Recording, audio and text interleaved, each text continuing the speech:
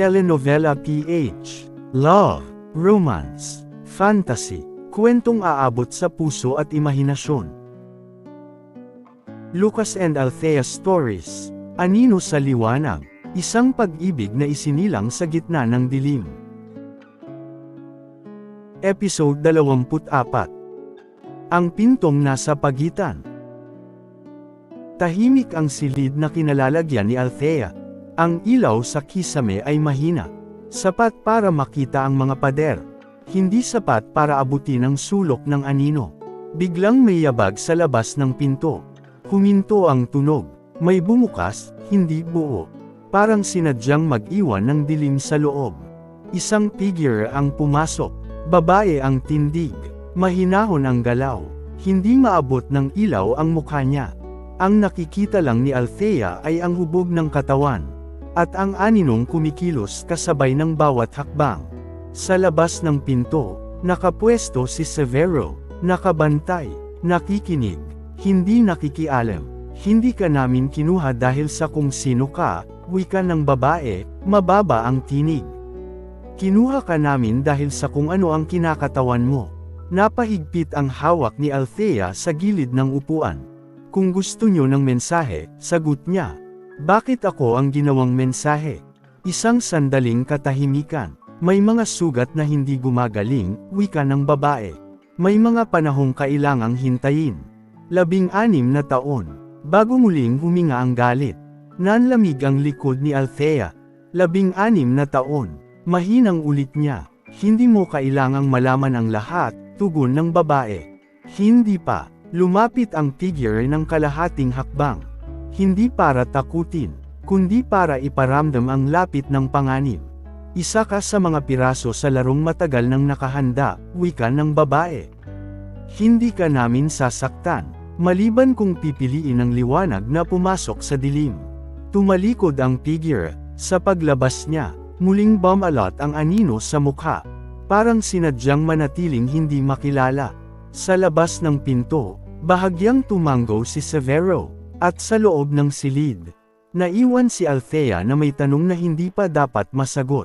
Kung hindi ako ang dahilan, ano ang tunay na dahilan ng pagkuha sa akin? Nanatili ang figure ni La Viuda sa pagitan ng liwanag at anino. Hindi pa rin naaabot ng ilaw ang mukha. Tahimik si Althea, pinipilit basahin ang tono sa likod ng mga salitang hindi pa buo. Kung hindi ako ang dahilan, tanong ni Althea, bakit sa akin bumagsak ang galit mo? Isang saglit na katahimikan, sapat para maramdaman ang bigat ng hininga sa dilim. Dahil ang liwanag ay laging may kasalanan, biglang tumaas ang tinig ni La Viuda. Hindi sigaw, kundi pidgel na galit. May mga mundong gumuho, dugtong niya. May mga pangalan na binura. At may mga panahong ninakaw. Nanlamig ang mga palad ni Althea. Hindi ko alam ang sinasabi mo, sagot niya. Hindi ko alam ang kasalanang sinisingil mo. Eksakto, wika ni La Viuda, bahagyang lumapit. Isang hakbang lang, sapat para maramdaman ang lapit ng puot. Hindi mo alam, ulit niya. Dahil ang mga anak ng liwanag ay laging inaalis sa bigat ng ginawa ng liwanag. Napapikit si Althea, kung may galit ka sa liwanag, mahinahon niyang tugon. Bakit hindi mo harapin ang liwanag mismo? Isang maikling, mapait na tawa ang lumabas sa dilim. Darating ang oras, wika ni La Viuda, na ang liwanag ay lalapit sa akin. Hindi dahil gusto nito, kundi dahil wala na itong ibang daan. Sa labas ng pinto, humigpit ang kapit ni Severo sa hawakan ng baril. Hindi para umatake, kundi para pigilan ang sarili. Sa loob ng silid, naiwan si Althea na may tanong na lalong lumalim. Kung hindi ako ang dahilan, bakit sa akin unang tumama ang galit? Tahimik ang silid ng tuluyang magsara ang pinto sa likod ni La Viuda. Nanatili ang anino sa sulok. Parang naiwan ang bigat ng presensya niya kahit wala na siya roon. Sa gitna ng mesa, may dalawang bagay na hindi kanina nandoon. Isang laptop, at isang asul na aklat, makapal, luma ang balat, may bahid ng gasgas sa gilid. Dahan-daang lumapit si Althea. Hindi niya alam kung bitag iyon o paanyaya. Una niyang hinawakan ang asul na aklat. Pagbukas niya, mga pangalan ang bumungad, mga organisasyon, mga alias, mga network ng sindikato. Tumigil ang daliri niya sa isang pahina. Don Ricardo Monteverde, nanikip ang dibdib niya. Hindi, mahinang bulong. Hindi pwede, parang nanlamig ang paligid. Dahan-dahan niyang ibinaba ang aklat. Sa kanya binuksan ang laptop. Isang video ang kusang nagplay.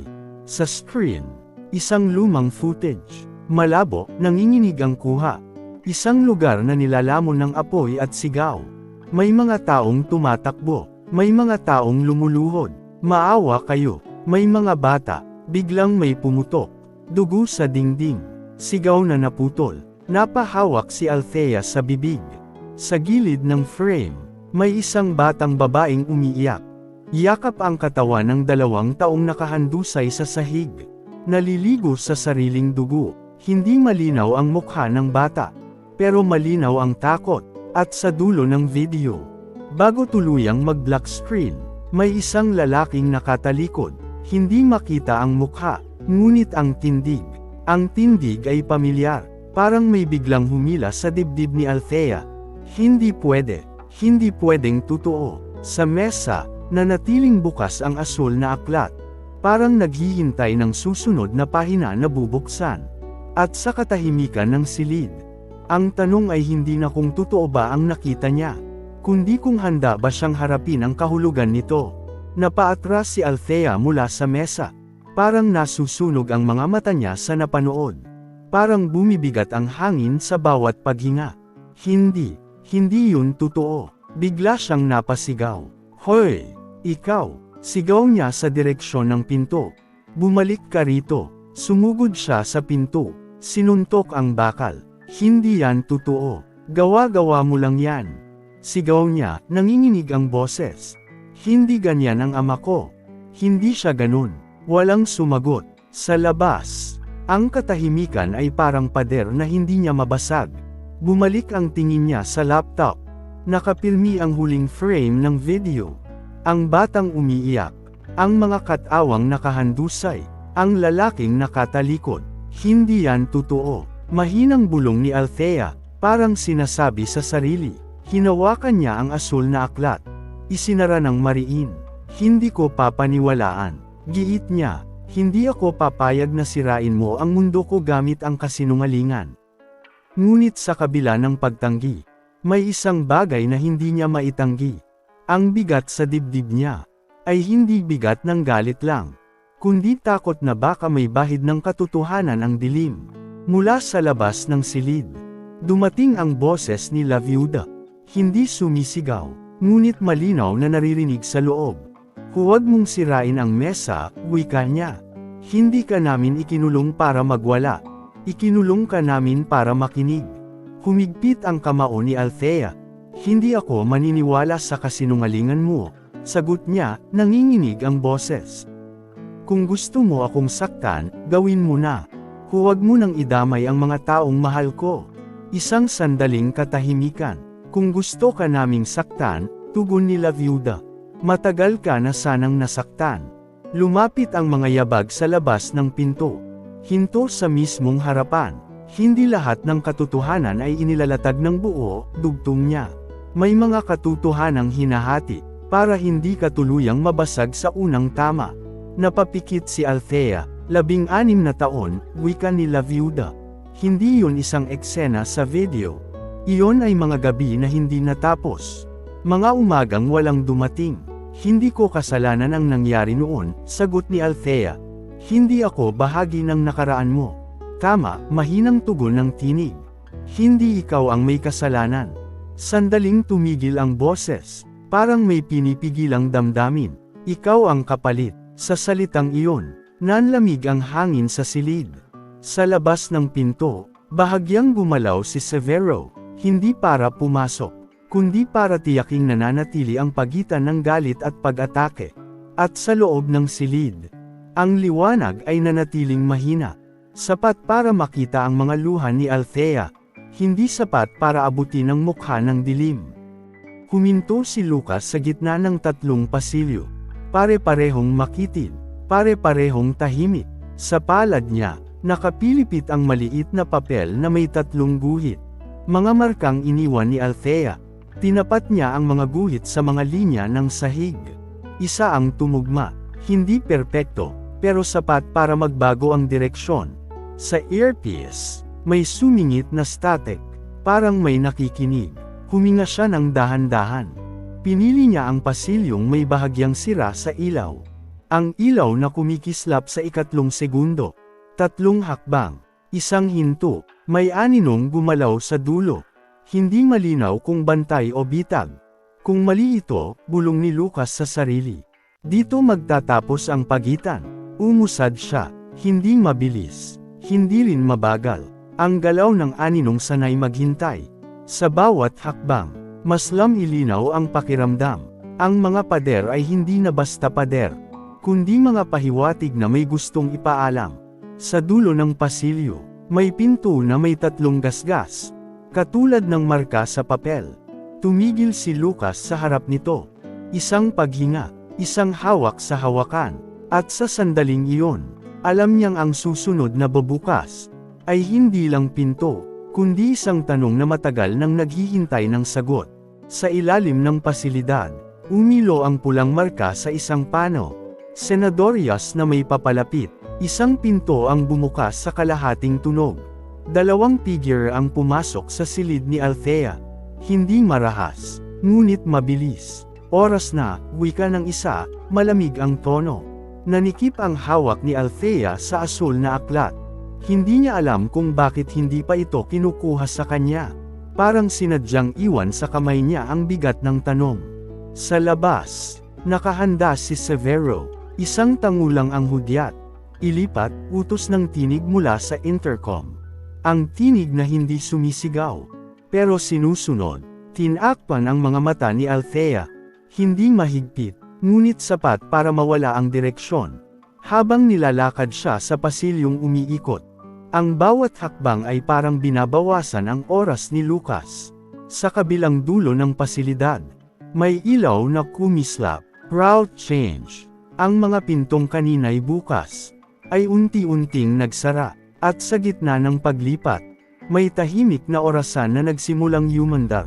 Hindi maririnig, ngunit ramdam sa bawat paghinga. Marahang bumukas ang pinto sa harap ni Lucas. Walang yabag, walang ingay. Ang silid sa loob ay tahimik. Masyadong tahimik. Walang tao. Sa gitna ng mesa, nakabukas ang laptop. Nakapos ang huling frame ng lumang video. Ang batang umiiyak. Ang mga aninong nagtatakbuhan. Ang lalaking nakatalikod. Humigpit ang panga ni Lucas. May bigat sa dibdib na hindi niya maipaliwanag. Sa sahig, may bakas ng gulong ng trolley. Bagong-bago, may yapot palabas. Hindi pa natatabunan ng alikabok. Nahuli siya. Lumapit si Lucas sa mesa. Sa gilid nito, may punit na pahina. Manipis. May bahid ng asol sa gilid. Bahagi ng isang aklat. Isang pangalan ang bahagyang mabasa. Monte. Hindi buo. Hindi malinaw. Ngunit sapat para mag-iwan ng tanong. Hinawakan ni Lucas ang punit na pahina. Parang hawak ang isang piraso ng oras na dumulas. Sa dingding, may 3 gasgas. Mga markang pamilyar. Napapikit siya. Malapit na, bulong niya. Mas malapit na kaysa kahapon. Sa intercom, isang tinig ang pumasok.